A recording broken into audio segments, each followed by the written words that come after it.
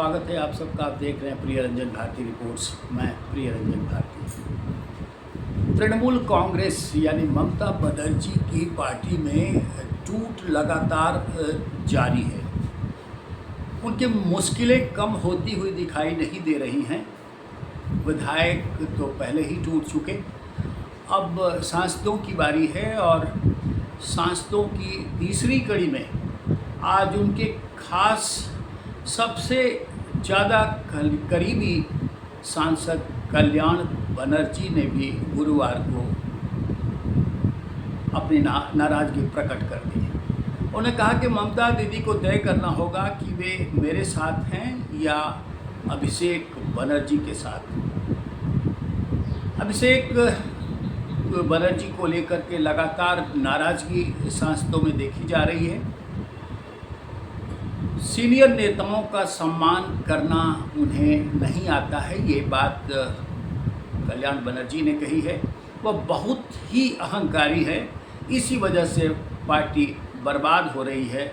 उन्होंने ये भी कहा कि ममता दीदी को अभिषेक बनर्जी पर ही निर्भर रहना है तो उनके साथ रहें, मुझे छोड़ दें। अगर उनसे अलग रास्ता चुनती हैं तो मैं ममता दीदी के साथ रहूँगा। कल्याण बनर्जी की नाराज़गी की वजह टीएमसी का फर्जी साइन केस है। उन्होंने बताया, मुझे आधी रात को बताया गया कि इस केस से जुड़े वकील बदल दिए गए हैं। इनमें मैं भी था। यह बेहद ही अपमानजनक है। टीएमसी के राज्यसभा सांसद प्रकाश चिक बड़ाइक ने गुरुवार को इस्तीफा दे दिया। बड़ाइक के बाद अब लगता है कि कल्याण बनर्जी ने भी रास्ता अपना लिया है बगावत करने का।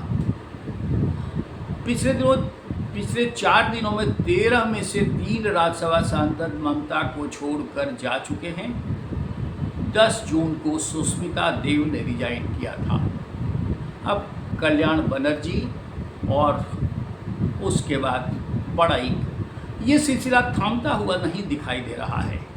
ममता बनर्जी चाहे लाख जद्दोजहद कर लें, सोनिया गांधी से मिले और टीएमसी को उत्साहित होकर के इंडिया फ्रंट के नेतृत्व के लिए आगे आती हुई दिखें, लेकिन लग रहा है कि जो विभाजन का कारवां है, जो दर्दनाक स्थिति उत्पन्न हो चुकी है, वो थमने का नाम नहीं ले रही है। इस्तीफे के बाद मीडिया से बात करते हुए प्रकाश चिक ने कहा कि पश्चिम बंगाल में लोगों का फैसला भाजपा के पक्ष में था। पार्टी ने वहां सरकार बनाई। मेरे अपने चुनाव क्षेत्र में एक भी सीट हम नहीं जीत पाए। उत्तर बंगाल में भी नतीजे अच्छे नहीं रहे। इस जनादेश को देखते हुए मुझे लगा कि अब मेरे पद पर बने रहना मेरे लिए ठीक नहीं है, इसलिए मैंने अपने पद और पार्टी दोनों से इस्तीफा दे दिया है। आगे इंतज़ार कीजिए, समय के साथ सब सामने आ जाएगा। मैं अभी बूढ़ा नहीं हुआ हूँ। भविष्य में मैं क्या करूँगा यह समय तय करके बता देगा। अब शत्रुघ्न सिन्हा, जो बिहारी बाबू के नाम से जाने जाते हैं, उनका एक अपना स्टाइल है और वो बिहारी बाबू पटना में भी, बिहार में खास करके लोकप्रिय हैं। अभी टीएमसी के सांसद हैं। तो उन्होंने भी प्रतिमा मंडल के साथ कुछ मुलाकातें की है और चर्चा में है। टीएमसी सांसद शत्रुघ्न सिन्हा बनर्जी एक स्ट्रीट फाइटर हैं। लगातार जिस तरह से शत्रुघ्न सिन्हा कह रहे हैं कि वो एक स्ट्रीट फाइटर हैं ममता बनर्जी के लिए, लेकिन पार्टी में संकट के बावजूद उनके साथ अब भी 41% वोट शेयर है। हालांकि इससे पहले उन्होंने एक्स पर लिखा था कि पीएम मोदी देश और समाज के मार्गदर्शक हैं। मैं लंबे, स्वस्थ और समृद्ध जीवन की उनकी कामना करता हूँ। शत्रुघ्न सिन्हा से प्रधानमंत्री नरेंद्र मोदी की बात हुई और बात होने का मसौदा सिर्फ इतना भर था कि मैं आपसे कैसे कह सकता हूँ, आप के नेतृत्व मैंने काम किया है आपको कैसे कह सकता हूँ कि आप भारतीय जनता पार्टी में शामिल हुए हैं। शत्रुघ्न सिन्हा अपने उदारता प्रकट करके पिघल गए और तारीफ कर दी। अब शत्रुघ्न सिन्हा का नाम भी उस फहरिस्त में शामिल है जो काकोली घोष ने स्पीकर ओम बिरला को टीएमसी में टूट और 20 सांसदों की लिस्ट जो सौंपी है, जो टीएमसी को बगावत कर बाहर आ रहे अलग गुट बनाने का दावा कर रहे हैं, उनकी लिस्ट में शत्रुघ्न सिन्हा का नाम भी शामिल है। टीएमसी के बागी नेता रिजू दत्ता भी अब बगावत की राह पकड़ रहे हैं। युवराज का अब चक्की पीसने का समय आ गया है। अभिषेक बनर्जी के बारे में उन्होंने खास तौर से कहा, एक ऐसा व्यक्ति है जो काउंसलर बनने के भी लायक नहीं था, लेकिन ममता बनर्जी ने धृतराष्ट्र की तरह आंखें बंद कर उसे राजनीति में स्थापित कर दिया। अभिषेक ने सालों तक पार्टी के सांसदों, विधायकों और नेताओं का अपमान किया है। मेरे जैसे प्रवक्ताओं को गुलाम समझा गया एक अकेले व्यक्ति ने पार्टी को पूरी तरह से बर्बाद कर दिया है। ये टीएमसी के बागी नेता रिजू दत्ता का बयान है। आप कल्पना कर लीजिए कि ममता बनर्जी कितनी हैरान परेशान होंगी। और ऐसे ही नहीं, उन्होंने सोनिया गांधी के दरबार में जाकर गले मिलने की आतुरता दिखाई और इंडिया फ्रंट के नेतृत्व के लिए बड़बोलापन दिखाया। हालांकि कांग्रेस ताव दिखा रही है, कांग्रेस कर रही है जिस तरह से हमारे विभिन्न राज्यों में हमारे लोगों को किनारे किया और हमें अपमान के घूंट सहने पड़े। अब वो स्वतंत्र हैं, वो चाहें तो कुछ भी कर ले, किसी भी फ्रंट का नेतृत्व कर ले। ऐसे अपमानजनक शब्द ममता बनर्जी को आज इस दुर्दिन में झेलने पर विवश होना पड़ रहा है। अब आप गौर कीजिए, सांसद सौगत राय ने क्या कहा। उन्होंने कहा कि कांग्रेस और टीएमसी का साथ काम करना ज़रूरी है। इतना मैं कह सकता हूँ, विलय होगा या गठबंधन या आगे देखा जाएगा। वो ममता बनर्जी के साथ अभी सुर में सुर मिलाते हुए नजर आ रहे हैं। लेकिन कल्याण बनर्जी के बेटे शीर्षान्य बंदोपाध्याय कहते हैं कि समस्या यह है कि अभिषेक बनर्जी किसी पर भरोसा नहीं कर सकते। वह हम पर भी भरोसा नहीं कर पा रहे हैं। वह एक दूसरी लाइन तैयार करने की कोशिश कर रहे हैं। हमने हाई कोर्ट, जिला कोर्ट, सब डिविजनल कोर्ट, जहां भी मुमकिन हो उनकी मदद करने की भरसक कोशिशें की है। अब आप कल्पना कर लीजिए कि कांग्रेस से जो बगावत का बिगुल बजाते हुए ममता बनर्जी वर्षों पहले अलग राह अपनाई थी, आखिर क्या ऐसी परिस्थिति आन पड़ी है कि उन्हें उसी कांग्रेस में जाकर अपनी पार्टी को विलीन कर देने पर सोचने के लिए बाध्य होना पड़ रहा है। ऐसी क्या मजबूरियां हैं कि ममता बनर्जी कांग्रेस के दरवाजे जाकर के नाक रगड़ रही हैं और वहां से दुत्कार मिल रही है। लगातार जिस तरह के बयान दे रहे हैं कांग्रेसी नेता, वो दुत्कार से कम नहीं है ममता बनर्जी के लिए। अब देखिए कि कांग्रेस ने टीएमसी के साथ विलय की अटकलों को कैसे अफवाह बताया है। कांग्रेस महासचिव केसी वेणुगोपाल ने कांग्रेस और टीएमसी के विलय की खबरों को न सिर्फ खारिज कर दिया, कहा कि यह पूरी तरह बेबुनियाद अफवाह है। वेणुगोपाल बोलते हैं, ममता और अभिषेक ने सोनिया गांधी और राहुल गांधी से मुलाकात की थी, लेकिन यह एक सामान्य राजनीतिक मीटिंग थी। टीएमसी इंडिया ब्लॉक का हिस्सा है। कांग्रेस और टीएमसी के विलय को लेकर चल रही चर्चाओं में कहीं कोई कतई सच्चाई नहीं है। पश्चिम बंगाल में विपक्ष के नेता को लेकर के जो विवाद उठा, हाल में वहाँ 58 विधायक पार्टी से अलग होकर ऋतुव्रत बनर्जी के नेतृत्व में विपक्ष का अलग गुट बन गया और विपक्षी नेता के रूप में मान्यता भी उनको मिल गई। एससी ने वहाँ हाईकोर्ट ने इस पर सवाल उठाया है। कलकत्ता हाईकोर्ट ने गुरुवार को पश्चिम बंगाल विधानसभा में नेता विपक्ष के चयन को लेकर विधानसभा स्पीकर के फैसले पर सवाल उठाया।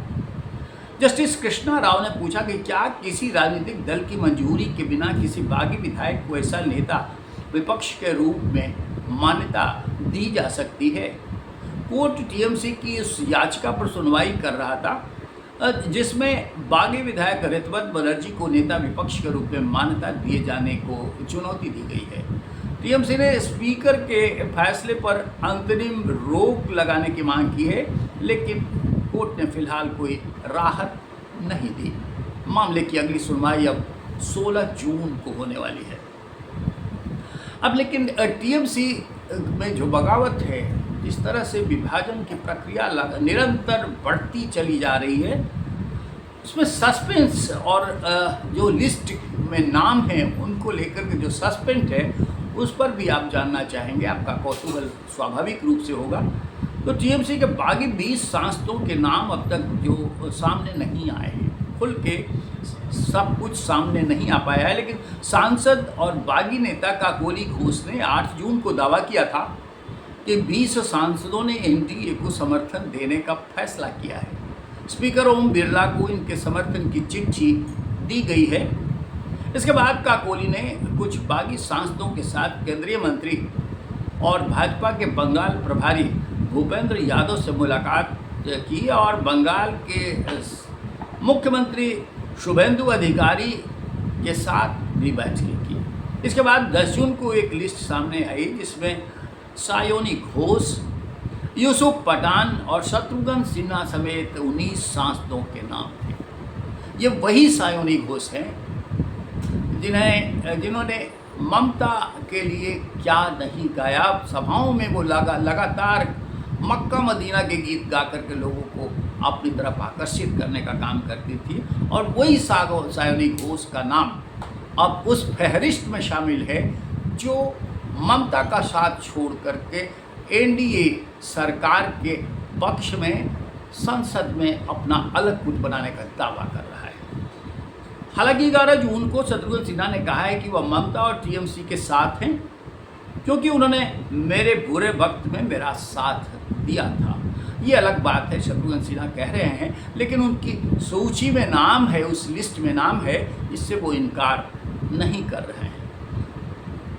अब अभिषेक बनर्जी जिस तरह से उनकी मुश्किलें और परेशानियां बढ़ती जा रही हैं, वो भी बुरे वक्त का एक ऐसा उदाहरण है जिसे लेकर कहा जाना चाहिए कि जब दिन बुरे होते हैं तो तकदीर भी साथ छोड़ देती है। कलकत्ता हाईकोर्ट ने टीएमसी सांसद और पार्टी महासचिव अभिषेक बनर्जी को फर्जी हस्ताक्षर मामले में अंतरिम राहत तो दे दी, लेकिन कोर्ट ने उनके खिलाफ 3 हफ्तों तक किसी भी तरह की सख्त कार्रवाई पर रोक लगा दी है। हालांकि जस्टिस कौशिक चंदा की बेंच ने अभिषेक को आज शाम 4 बजे तक कोलकाता स्थित सीआईडी मुख्यालय भवानी भवन में पेश होकर जांच में शामिल होने का भी निर्देश दिया। अभिषेक आज शाम दिल्ली से कोलकाता पहुंचे हैं। इसके बाद सीआईडी के सामने पेश हुए हैं। ममता पिछले 3 दिनों से लगातार दिल्ली में बने हुई हैं। राहुल सोनिया गांधी से मुलाकात के बाद वो एक एक कड़ी जोड़ने की कोशिश कर रही हैं कि कैसे इंडिया ब्लॉक का वो नेतृत्व कर सकें। वो 10 जून को अभिषेक ने दिल्ली में राहुल गांधी से मुलाकात की थी। वहीं 9 जून को ममता और सोनिया गांधी की मुलाकात हुई थी। इसके अलावा इंडिया ब्लॉक की मीटिंग में भी शामिल हुई थी। तब से वो लगातार बनी हुई हैं। 8 जून को टीएमसी के लोकसभा के 28 सांसदों में से 20 ने एनडीए सरकार के समर्थन में आने का फैसला किया था। सांसद और टीएमसी के पूर्व नेता काकोली घोष दस्तकार ने कहा था कि सांसदों के साइन वाला पत्र लोकसभा स्पीकर ओम बिरला को दिया जा चुका है। इसमें अलग संसदीय ब्लॉक के रूप में अलग बैठने की व्यवस्था की मांग की गई है। इससे पहले 28 साल पुरानी टीएमसी में बगावत हुई और 58 विधायक ऋतुव्रत बनर्जी के नेतृत्व में टीएमसी से अलग हो गए। पश्चिम बंगाल विधानसभा की सूरत बदल गई। विपक्ष का नेता टीएमसी का नहीं, टीएमसी बागी गुट का बना है। ये अलग बात है कि इसे लेकर के याचिका दायर है और मामला अदालत सुनवाई कर रही है। लेकिन ममता के पास अब जो बचा है बस सिर्फ 22 विधायक और कुल जमा 10 सांसद, उनमें भी अब सेंधमारी होती नजर आ रही है। टीएमसी के पास कुल 28 लोकसभा सांसद थे, जिसमें से 20 अलग हो गए हैं। अब लोकसभा में ममता के पास सिर्फ 8 सांसद बचे हैं। राज्यसभा की बात करें तो 13 में से 3 सांसद इस्तीफा दे चुके हैं, यानी सिर्फ 19 राज्यसभा सांसद बचे हैं और उनकी भी गिनती शुरू हो गई है, उल्टी गिनती। वो एक एक कर ममता का साथ छोड़ते हुए नजर आ रहे हैं। इस तरह से ममता बनर्जी चाहे जितना सिर ऊंचा कर लें, जितनी ताकत के साथ इंडिया ब्लॉक का शिरोधार्य बनने की कोशिश करें, लेकिन सच्चाई यही है कि अंदर खाने वो चित्त हो गई हैं, क्योंकि बंगाल की जनता ने उन्हें न सिर्फ पराजित किया बल्कि दर दर की ठोकरें खाने के लिए विवश कर दिया है। अब नतीजे क्या होंगे सामने आते चले जा रहे हैं और सब कुछ सामने आ भी जाएगा। तब तक इंतजार कीजिए और हमारे इस वीडियो पर अपनी प्रतिक्रिया कमेंट बॉक्स में ज़रूर दीजिए। हमारे चैनल के साथ अब तक इस कारवां में नहीं जुड़ पाए हैं तो इसे सब्सक्राइब कीजिए, लाइक कीजिए, शेयर कीजिए। फिर मिलते हैं। नमस्कार।